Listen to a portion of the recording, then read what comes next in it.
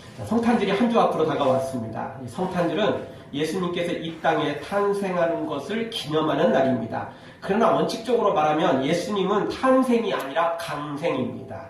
무슨 말이냐면 예수님은 보통 사람들처럼 엄마 아빠를 통해서 태어난 게 아니라는 거죠. 원래 하나님이셨는데 그 하나님이 내려오신 겁니다.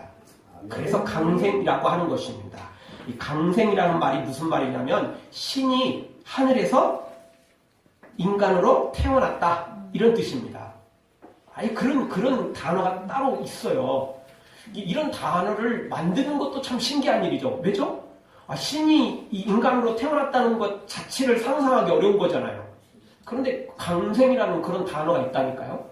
신이 이 땅에 내려오는 거예요. 그게 강생이에요. 그래서 예수님은 탄생이 아니고 정확히 말하면 강생이에요.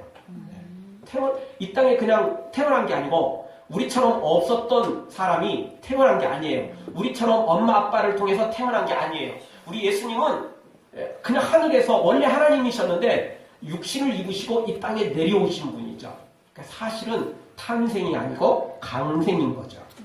그래서 예수님은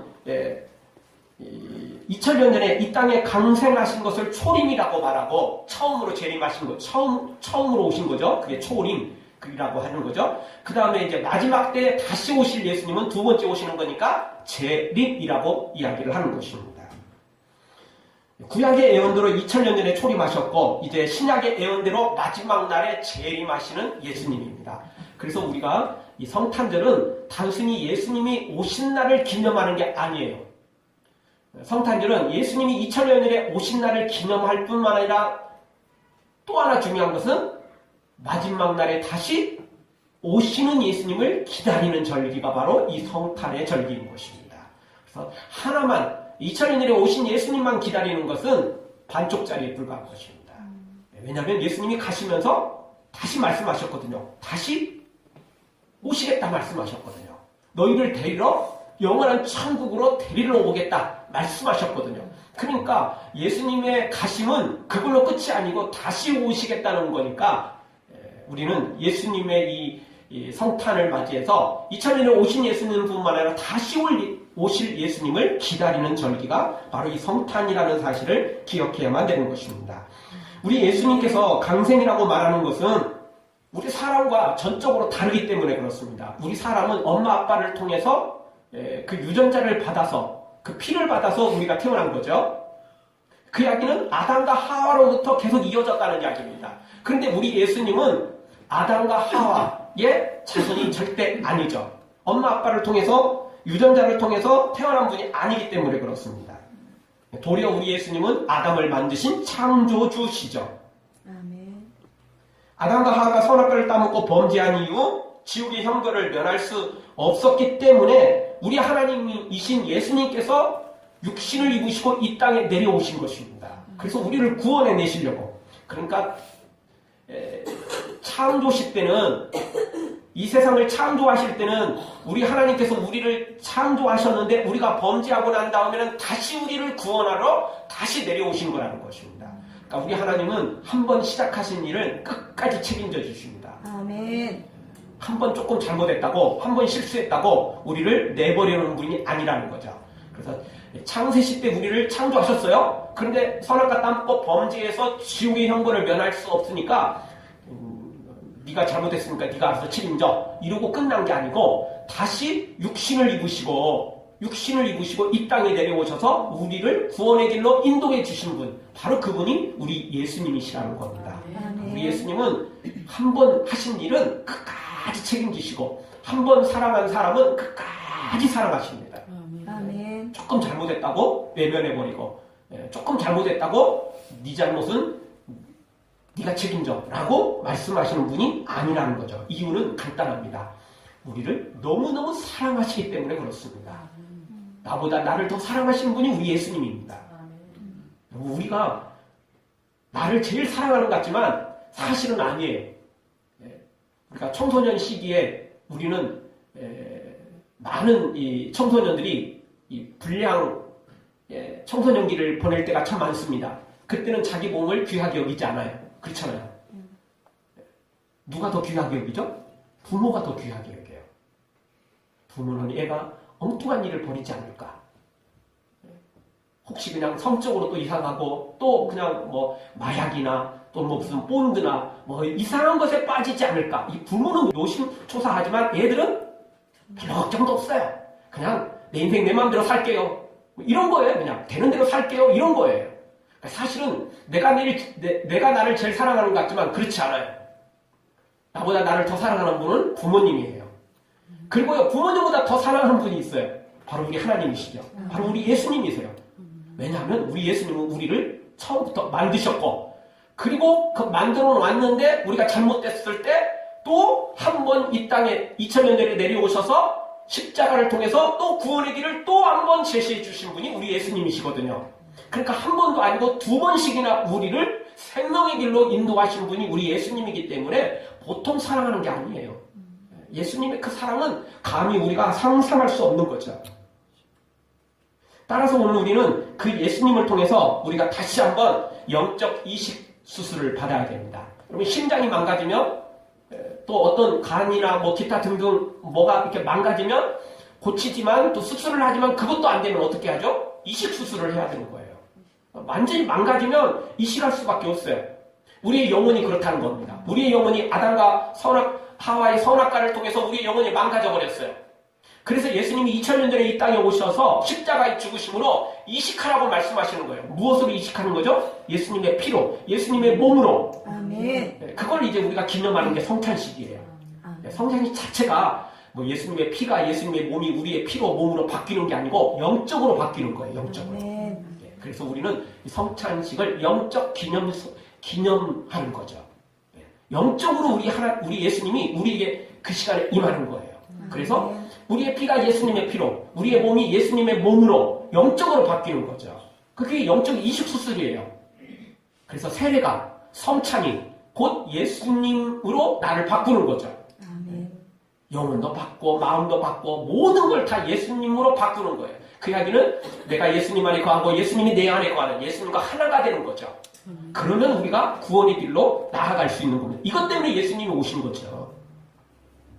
따라서 우리가 성탄절을 눈앞에 두고 다시 한번 그냥 베들레헴에 또 마구간에 오신 아기 예수님을 기다리는 게 아니고 하나님이셨던 우리 예수님께서 우리를 구원하러 이 땅에 내려오셨고 십자가를 지셨고 그리고 다시 재림을 통하여 완전한 구원을 이루실 그 예수님을 기다리면서 다시 한번 우리가 예수님의 오심과 또 재림하심을 기억하면서 그 예수님만 바라보고 예수님과 하나 되어 영원한 천국을 소유하는 우리가 되어지길 주의 이름으로 축원합니다. 자, 그러면 예수님께서 어떻게 오셨기에 특별하신 그 예수님이며 또 예수님이 어떻게 오셨기에 하나님이신지 우리하고 다른 분인지 오늘 성경을 통해서 우리가 발견하게 됩니다. 첫 번째, 예수님은 어떻게 오셨습니까? 예수님은 성령으로 잉태되어 이 땅에 오셨습니다. 사람은 남자와 여자가 만나서 아이가 태어나게 되는 거죠. 남자와 정자가 만나서 아이가 태어나게 되는 거죠. 그래서 이 부모의 유전자를 가지고 태어나는 것입니다. 내 마음대로 태어날 수가 없어요. 반드시 남자와 정자가 만나야만 되는 거죠. 그래서 사람이 태어나는 거죠. 그런데 예수님은 그렇지 않다는 겁니다. 예수님은 남자와 여자가 만나서 태어난 게 아니고 예수님은 오늘 성경에 보니까 성령으로 잉태됐습니다. 성령으로 잉태된 거죠. 20절 하반절을 보십시오. 저에게 잉태된 자는 무엇으로 됐다고요? 성령으로 된 것이라. 성령으로 되셨어요. 성령으로 잉태되셨어요. 남자와 여자가 만나서 없었던 존재가, 없었던 사람이, 없었던 아이가 태어난 게 아니고 우리 예수님은 원래부터 하늘에 계셨거든요. 하나님으로 존재하셨어요. 그 하나님께서 우리 죄 문제를 해결하기 위해서 인간이 되신 거거든요. 그렇게 되기 위하여 어린 아이로 오셨을 뿐이에요.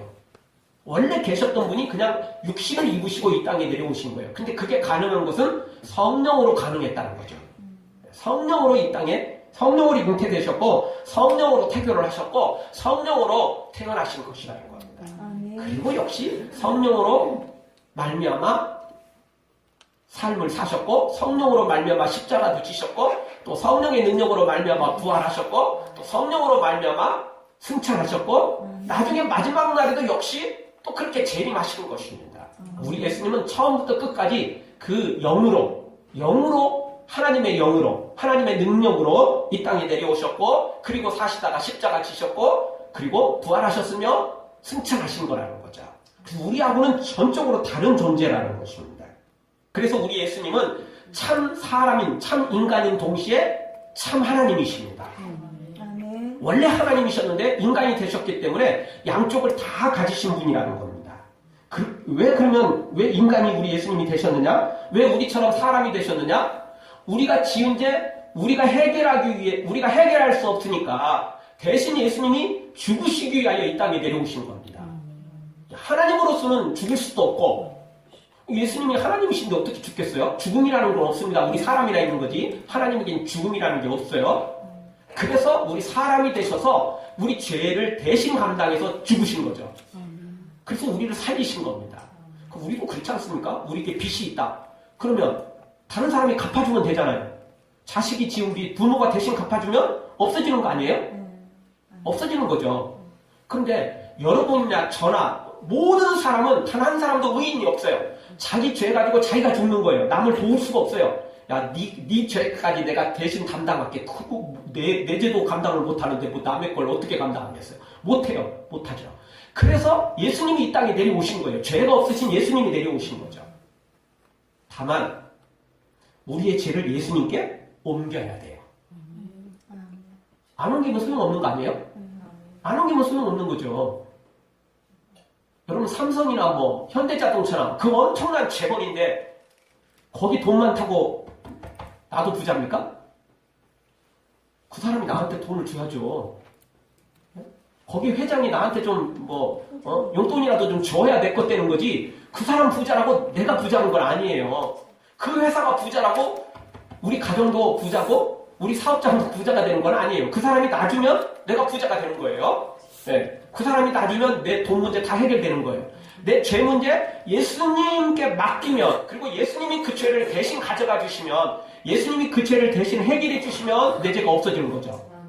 그래서 예수님이 이 땅에 내려오신 이유가 그냥 하나님으로 내려오신 이유가 아니라 사람으로 내려오신 이유가 거기 있는 겁니다. 예수님이 우리와 동일한 사람이 된 거예요. 그래서 동일한 관계 속에서 우리의 죄를 대신 가져가신 거예요. 대신 가져가신 거예요. 그것 때문에 모신 겁니다.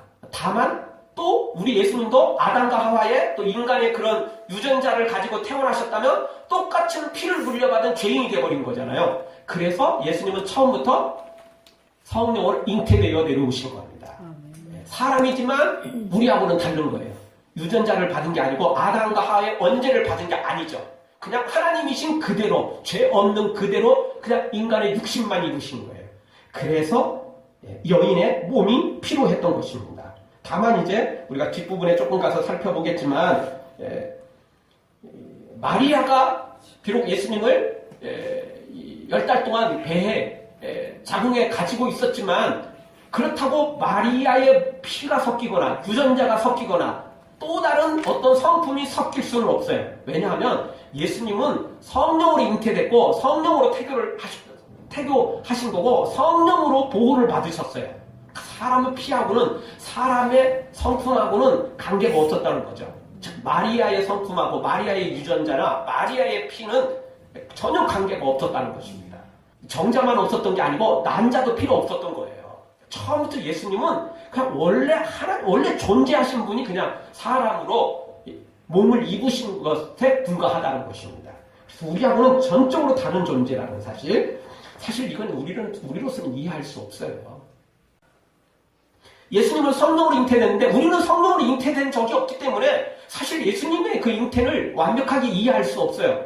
근데 이해할 수 없다고 우리가 없는 거고 이해할 수 없다고 틀린 거고 이해할 수 없다고 그게 거짓말이 되고 그러는 거나요? 그렇진 않아요. 그렇진 않아요. 우리는 세상을 살아가면서 이해할 수 없는 게 더 많아요. 저도 차를 타거나 또는 놀이기구를 타면 멀미가 얼마나 심한지 몰라요. 조금만 이렇게 속도를 내면 진짜 멀미가 좀 심합니다, 제가. 근데 여러분 이 지구가 얼마나 빨리 도는 줄 아세요, 지금? 지구는 멈춰있는 게 아니에요. 지구는 자전도 하고 공전도 해요. 즉 태양의 주위를 돌면서 하루에 한 바퀴씩 돌거든요. 1년에 한 바퀴 태양을 돌고 하루에 한 바퀴 또 스스로 돌아요. 그게 공전자전을 하거든요. 그 속도가 얼마나 빠른 줄 아세요? 10만 킬로가 넘어가요. 100킬로도 아니고요. 1000킬로도 아니에요.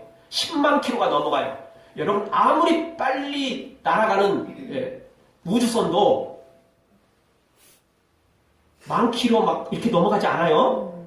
기껏 빨리 해봤자 마하 뭐 2 조금 넘어간다는데 그게요 2000이에요. 2000, 3000도 채 못 넘어갈 거래요. 그런데 지구 속도는 10만 킬로가 넘어간다니까요. 근데 우리 느끼나요? 차가 여러분 150km, 200km 달리면 막 순식간에 쉥하고 굉음을 내고 다닙니다. 아무리 엔진이 조용한 차라도 200km 달리면 막 쉥하고 달리는 거죠. 엄청난 굉음이나.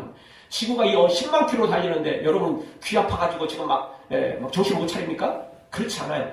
사실 지구가 이렇게 엄청난 속도로 달리는데도 우리는 느끼지도 못하고 소리도 안 들리고 이해할 수 없는 일이잖아요. 솔직히. 차가 그렇게 빨리 달려도 소리가 나는데 지구가 그렇게 도는데 못 느낀다니까요. 그리고 여러분 지구가 동그랗잖아요.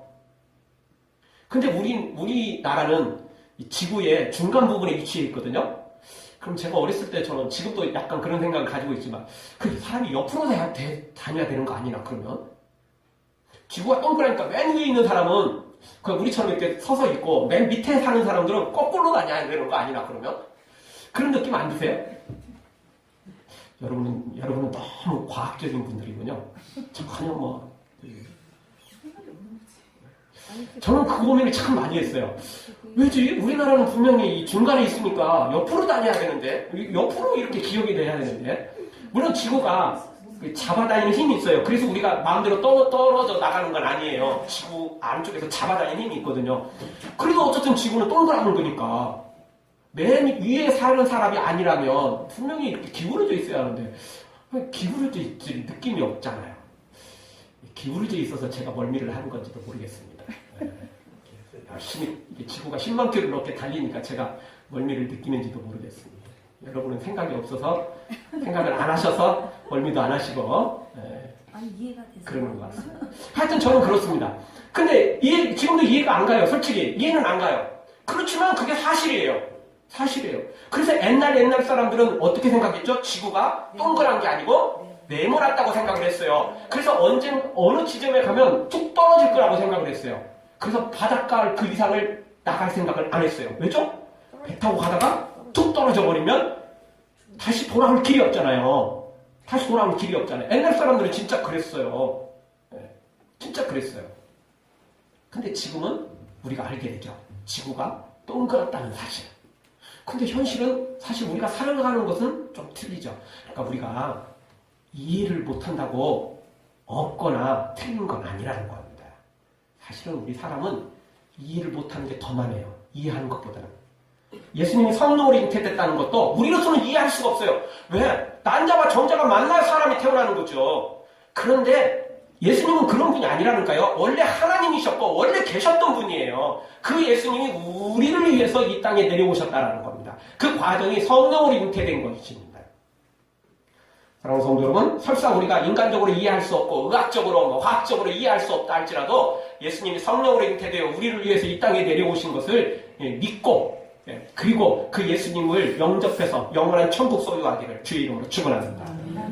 예수님이 성령으로 잉태된 걸 믿는 사람들은 집안 집문서 다 가져와라, 땅 문서 다 가져와라 이렇게 믿으라는 게 아니에요. 그냥 믿으라는 거예요. 집문서 땅 문서 들고 와가지고 믿으라고는 우리가 쉽게 믿을 수 없는 거죠. 왜냐면 우리가 너무 손해잖아요. 그런데 예수님이 그걸 믿으라고 말씀하시면서 집문서 땅 문서 요구하는 게 아니에요. 또 다른 조건을 요구하시는 게 아니에요. 믿으면 내가 천국 주겠다고 축복을 약속하셨지 다른 건 약속하시지 않았다고요.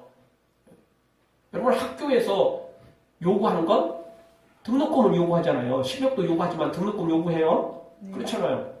예수님은 그걸 요구하시지 않아요.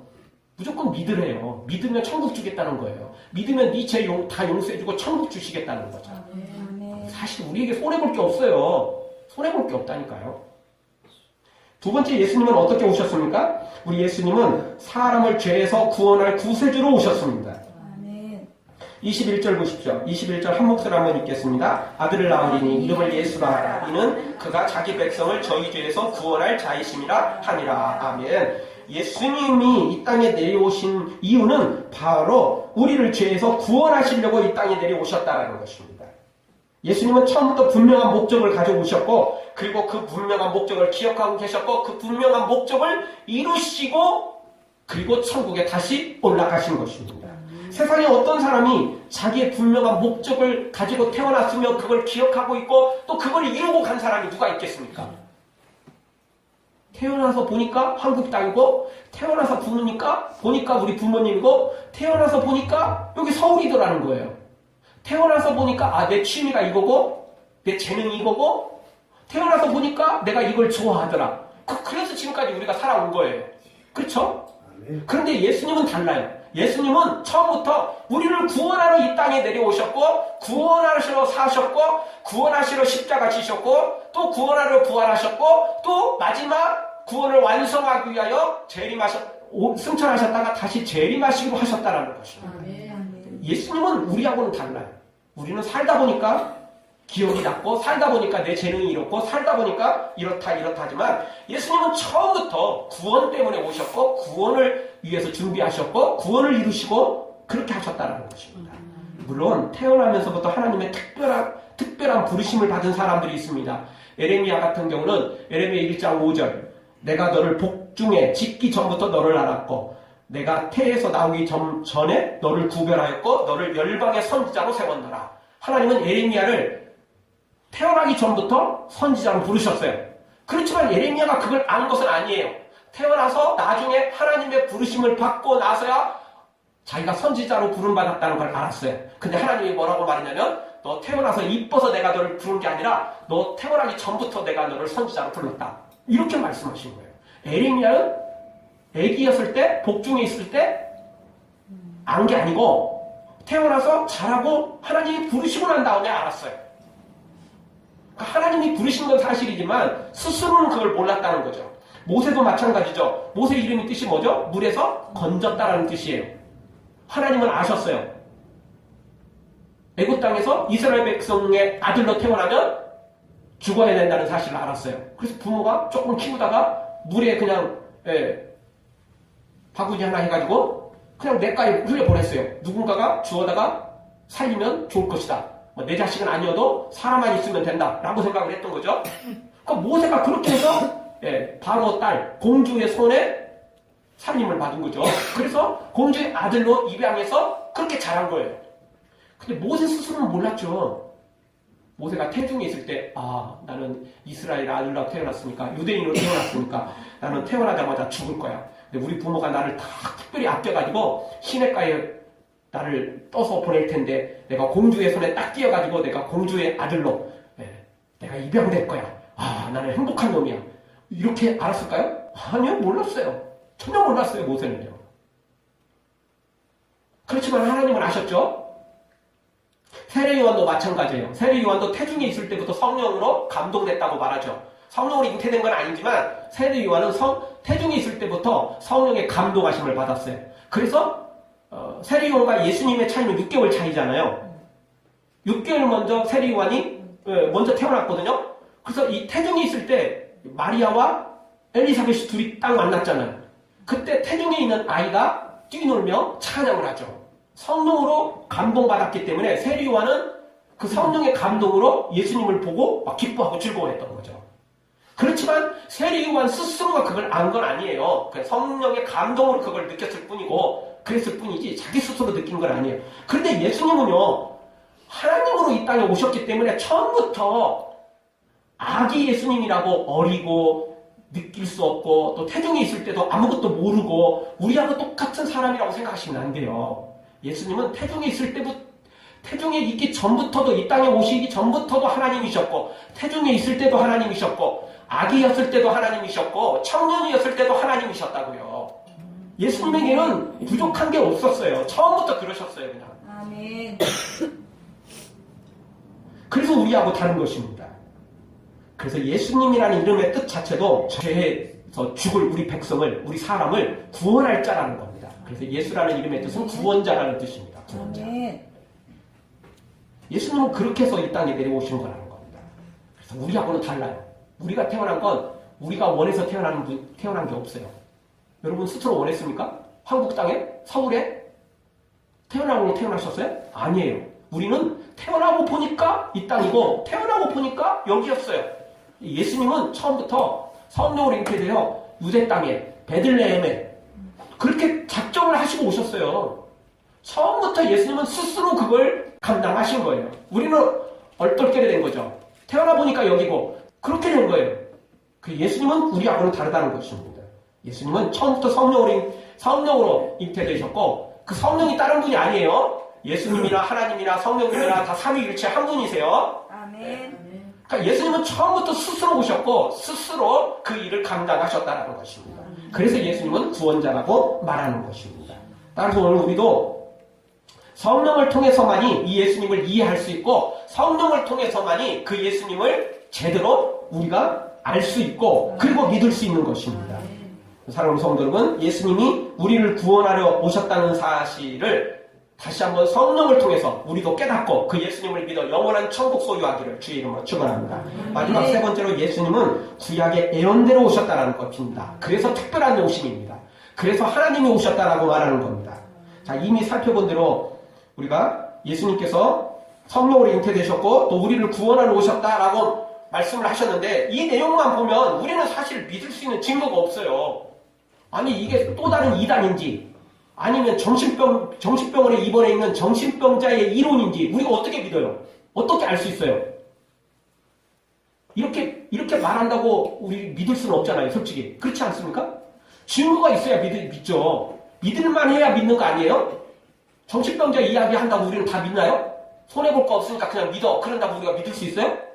믿을 수 없어요. 손해가 없다 할지라도 믿을 수 없어요. 믿을 만한 일을 믿어야지. 무턱대고 믿을 수는 없잖아요. 근데 앞에 두 가지는 솔직히 이게 진짜인지 가짜인지를 몰라요. 증명할 수도 없고 이해할 수도 없고 알 수도 없는 일이거든요. 그래서 이 두 가지만 놓고 보면 정신병자인지 아니면 이게 이단인지 알 수가 없어요. 도저히 증거가 없거든요. 증명할 길이 없거든요. 그래서 마지막 세 번째로 우리 하나님께서 증거를 명확히 보여주셨어요. 이 세 번째 증거를 딱 보면 앞에 있는 두 가지가 가짜가 아니라는 사실, 정신병자의 이론이 아니라는 사실, 명확한 증거가 있다는 사실을 가르쳐준 거죠. 자, 이 모든 것이 다 성경을 통해서 된 거잖아요. 근데 성경의 내용을 우리가 정확히 이해할 수가 없는 거 아니에요. 어떻게 믿어요, 그게? 성경이 정확하다는 걸 어떻게 아냐고요. 그래서 마지막 세 번째로 예수님의 오심은 그냥 얼떨결에 그냥 어느 날 갑자기 뚝 떨어진 게 아니고 구약시대부터 예언해놨다는 겁니다. 예언대로 오셨어요. 그래서 그 예언이 사실이라면 앞에 있는 두 가지도 증명할 수 있는 거예요. 증거가 되거든요. 정확히 증거가 되거든요. 그래서 오늘 성경 23절에 보면 자, 이사야에 나와 있는 예언의 말씀을 우리에게 주신 거거든요. 이사야 7장에 있는 예언이죠. 보라 처녀가 잉태하여 아들을 낳을 것이다. 그런데 그 이름은 임마누엘이라. 이 임마누엘은 하나님 우리와 함께 계시다. 그런 뜻입니다. 즉 예수님이 이 땅에 내려오신 것이 곧 하나님으로서 내려왔다는 겁니다. 그게 임마누엘이에요. 임마누엘의 뜻이 바로 하나님이 우리와 함께 계신다는 겁니다. 즉 예수님이 하나님이시고 그 예수님이 우리에게 내려오셔서 우리와 하나가 되어주신다. 함께 계신다. 그런 의미를 담고 있다는 것입니다. 그런데 이것만 딱 이야기한 게 아니고 우리는 예수님에 대한 예언은 창세기 3장 15절부터 시작됩니다. 15절, 창세기 3장 15절, 내가 너로 여자와 원수가 되게 하고 너의 후손도 여자의 후손과 원수가 되게 하리니. 창세기 3장 15절은 사람으로서는 쓸 수 없는 말입니다. 왜죠? 여자의 후손이라는 단어는 사람이 쓸 수 없거든요. 쓰면 무슨 단어를 쓰겠죠? 남자의 후손이겠죠. 그렇지 않습니까? 다 남자의 가문을 통해서 이루어졌잖아요. 예.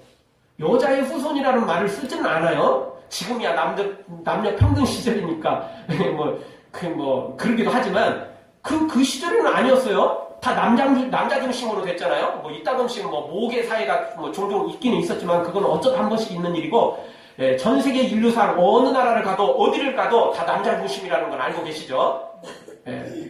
한동안은 구약시대 또 옛날 과거시대는 여자는 사람으로도 취급받지도 않았어요. 솔직히 사람으로 인정받지도 못했잖아요. 그 민주주의의 꽃을 피웠던 시작을 했던 그 아테네조차도 여자들한테는 투표권이 없었어요. 여자들에게는 투표권이 없었어요. 여자는 사람이 아니었거든요, 솔직히. 그 민주주의가 시작됐던 그런 나라도 그런데 당연히 그런데 이런 여자의 후손이라고 말할 수가 어떻게 있겠어요? 지금 시대라면 여자의 후손이다 말할 수 있겠어요. 왜냐하면 여자도 사람이고 아니 남자보다 요즘은 더 위에 있으니까 여성 상위시니까 있을 수 있어요. 근데 옛날에는 있을 수가 없어요. 이런 생각을 할 수가 없어요. 여자의 후손? 이런 단어를 생각해낼 수도 없어요. 근데 성경은 창세기 3장 15절에 여자의 후손으로 오실 리가 있다는 거예요. 그게 바로 예수님이라는 거예요. 남자와 여자가, 난자와 정자가 만나서 태어날 뿐이 아니라 그냥 여자의 후손 도저히 이해할 수 없는 일이죠. 여자 혼자 임신을 한다? 그것도 이해할 수 없는 거고 여자 혼자 할 수가 없는 거거든요. 이 여자의 후손이라는 말은 그냥 여자의 몸을 빌린다 그런 의미를 담고 있을 뿐이에요. 그래서 사실 예수님이 오시고 난 다음에 이 말을 이해할 수 있었던 거예요. 아무도 이해할 수 없었던 거죠. 성경은 이렇게 완벽한 예언이 있다는 겁니다. 이것만 예언되느냐? 그렇지 않습니다. 시편에 있는 내용들을 보면 메시아가 수족을 찔림을 당하고 그 다음에 뼈를 셀 수 있다고 말합니다. 그 이유가 뭐냐? 뼈를 누구든지 다 셀 수 있는 거 아니에요, 사람들을? 그런데 여러분 십자가에 죽는 사람은 마지막에 다리를 꺾습니다. 다리를 꺾거든요. 증명이 낼 수가 없으니까 다리를 꺾어서 혹시 그가 기절했다가 살아나도 못 도망가게 만드는 거예요. 다리를 꺾어버리는 겁니다. 그 다리를 꺾으면 결국은 이제 그 다리를 꺾어졌으니까 나중에 뼈가 분리되겠죠. 근데 예수님이 죽으심은, 메시아의 죽으심은 뼈를 셀 수 있다고 말하는 거예요. 그 이야기는 뭐냐면 하나의 뼈도 분리되지 않는다는 의미를 담고 있거든요. 그 예수님이 마지막 죽으실 때는 다른 십자가에 죽은 사람은 다리를 꺾어버렸는데 예수님은 어떻게 했죠? 창으로 허리를 찔렀어요. 그래서 예수님의 죽으심은 완전히 달랐어요. 우리로서는 이해할 수 없는 거지만 당시에 십자가를 지은 사실을 비춰보면 이거는 특별한 일이에요. 그리고 또 시편에 보면 겉옷을 나누며 속옷을 제비 뽑는 것까지 예언되고 있어요. 이미 제가 말씀을 드렸지만 십자가에 죽은 사람들은 이제 그 옷을 벗겨요. 그리고 그 옷을 누가 가져가냐면 로마 군병들이 가져가요. 거기에 이제 그 일을 수고한 사람들이 가져가요. 옷이 너무 귀하죠. 지금처럼 옷이 넘쳐난 게 아니에요. 옷은 진짜 귀한 거예요. 그래서 옷을 가져가는데 한 사람이 다 가져갈 수는 없고 그래서 각자 다 뜯어가요. 다 팔도 뜯어가고 밑에도 뜯어가고 그래서 각자 알아서 가져가요. 그런데 다 그렇게 가져가는데 신기하게 예수님의 옷만은 그렇게 다 찢어서 가져가는 게 아니라 그 사람들이 모여가지고 야 오늘은 가위바위보 해가지고 통째로 한 사람이 다 가져가자. 이렇게 되는 거예요. 그런 일이 없었어요. 한 번도. 근데 예수님은 그렇게 말씀을 하시는 거예요. 성경이 그렇게 예언되어 있다니까. 그러니까 별것까지 다 예언되어 있어요. 그러니 성경이 틀리지 않다는 거죠. 자, 그런데 여러분 아무리 수백 가지가 예언되어 있다 할지라도 한 사람이 조작하면 가능하잖아요. 그런데 성경은 조작할 수 없는 이유가 수천 년에 걸쳐서 수십 명이 기록을 했어요. 한 사람이 한 50년, 60년, 70년, 80년 사이에 조작을 해서 만든 게 아니고 성경은 수천 년에 걸쳐서 수십 명이, 좀 더 정확히 말하면 성경은 한 3,000년에 걸쳐서 40여 명이 기록을 해놨어요. 저자도 각자 달라요. 물론 원저자는 하나님이시지만 기록한 사람, 저자는 달라요. 그러니 이게 조작이 불가능하잖아요. 조작이 불가능하잖아요. 수천 년에 걸쳐서 수십 명이 예언한 걸 어떻게 조작이 가능해요? 시대를 뛰어넘는데, 세월을 뛰어넘는데 어떻게 조작이 가능해요? 그래서 이 세 번째가 완벽한 증거가 되는 거죠. 아멘. 그러니 앞에 있는 두 가지 증거도 틀림이 없을 수 있어요. 아멘. 굳이 틀릴 이유가 없어요. 왜냐하면 이 세 번째 증거조차도 도저히 이해할 수 없는 예언들이고 도저히 이해할 수 없는,